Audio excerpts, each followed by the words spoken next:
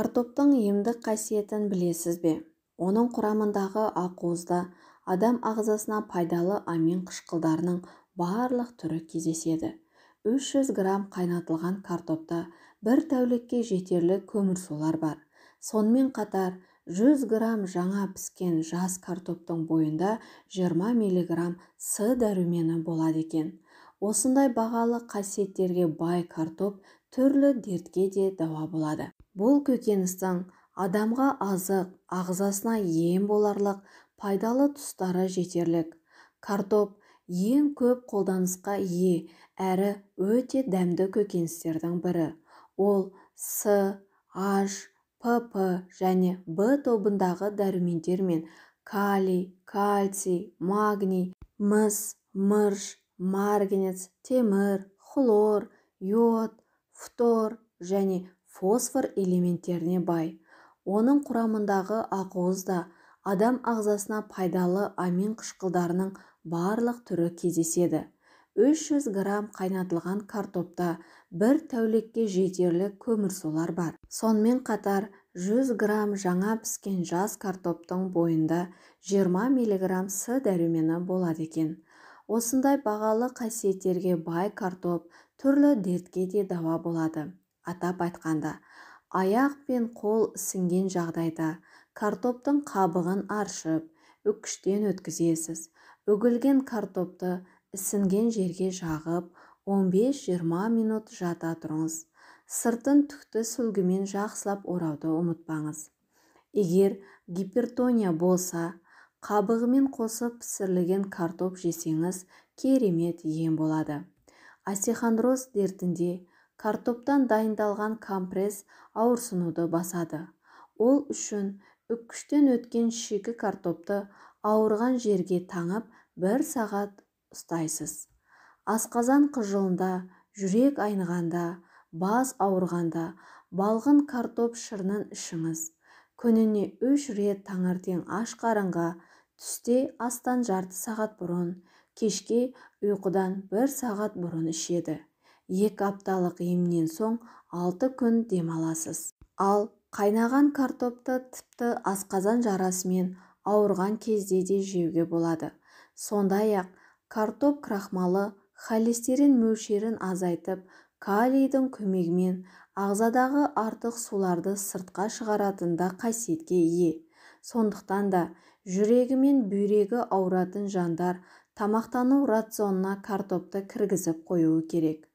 Басқа көкөністерге қарағанда картоптың калориясы жоғары. Сол себепті де арықтағысы келетіндер болса, картоп жеуді азайтқаны дұрыс. Халықтық медицинада картоппен күйген теріні, қышманы емдейді. Ол үшін шикі картопты үккіштен өткізіп, оны күйген жерге таңып қою керек. Сонымен қатар, жоғарғы тыныс жолдары қабығында қайнаған картоптың буымен емделуге болады. Ал көмей мен жұтқыншақ қабынғанда шикі картоп шырынымен тамақты шаяды. Картоптың жаңа сығылған сөлін тамақтан 2 сағат бұрын жарты стакан ішесіз. Шамамен 5 минуттан соң 1 стакан айран ішу керектігін ұмытпаңыз. Емді қолдану мерзімі 2 апта. 10 күн үзіліс жасап емді қайталау керек.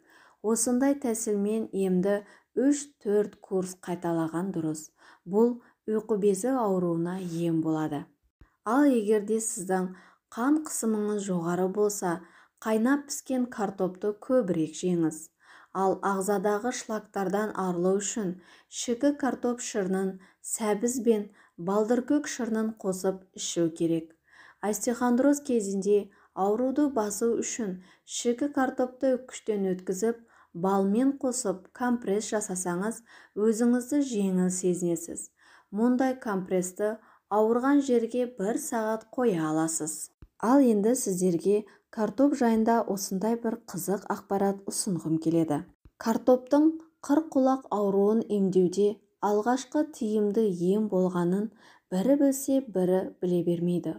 Оның арқасында С витамині табылған.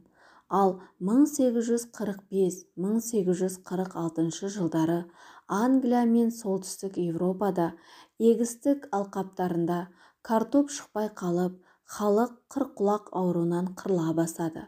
Бірақ бәрінен де негізгі өнімі картоп болған Ирландия қатты зардап шеккен екен. Картоп қырыққұлақ ауруына ем. Бұл дертке шалдыққандар картоп жегеннен кейін аурудан құлан таза айығып кеткен. Қазір де жемістер мен көкөністер адамдарға арман болған кезде аскорбин қышқылының тапшылығынан құтылуға картоп көмектеседі. Соңғы жылдары картоп белсенді зерттеліп, қалпына келтіріліп жатыр. Ал 2018 жылдың соңында Нутриенттер атты беделді журналда картоп жайлы жаңа мақала жарияланды. Ол мақала бойынша автор мынандай қорытындыға келген: 200 грамм пісірілген картопта витаминдер мен микроэлементтер айтарлықтай көп. Онда С және В6 дәрумендерінің тәуліктік нормасының жартысы, 30% калий, 28% фолий қышқылы, 24% темір, 18% магний, 15% тағамдық талшық бар екені анықталды. Сондай-ақ картоптан каротиноид, антоцианин, хлорогендік және кофе қышқылдары секілді антиоксиданттар да табылды. Олар қатерлі ісіктен, атеросклероздан, қартаюдан қорғайды. Ол антиоксиданттардың көпшілігі қызыл және көк картоптың қабығында болады. Себебі оларға дәл осы түсті антиоксиданттар береді. Халық арасында картопты қабығымен жеуге болмайды деген қате пікір қалыптасқан. Айтқанымызда бұл қате түсінік. Бұл кезінде Америкадан әкелінген картоппен алғаш танысқан еуропалық аристократтарға тән.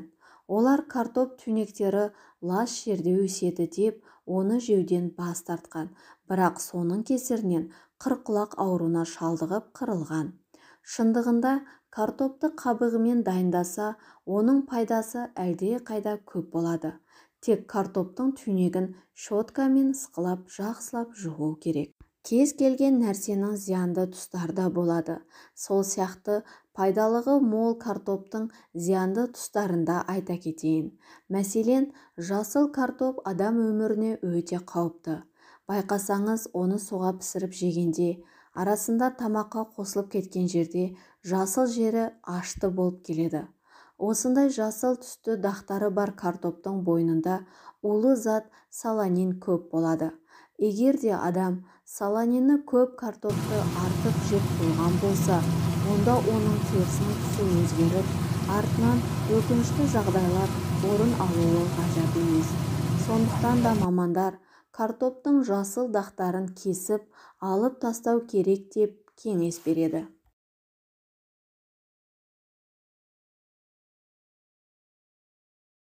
Ал артық салмағы бар кісілер үшін картоп калориясы жоғары өнім болып келеді. Сондықтан олар тамақ рационына аздап қосқаны дұрыс. Ал достар, бүгінгі ақпаратым сіздерге ұнаған болса, маған тіркеліп, қолдау көрсетіп кетсеңіздер. Сіздермен бірге болған 100 жаса каналы. Сауда саламат болыңыздар, ауырмаңыздар, 100 жасаңыздар.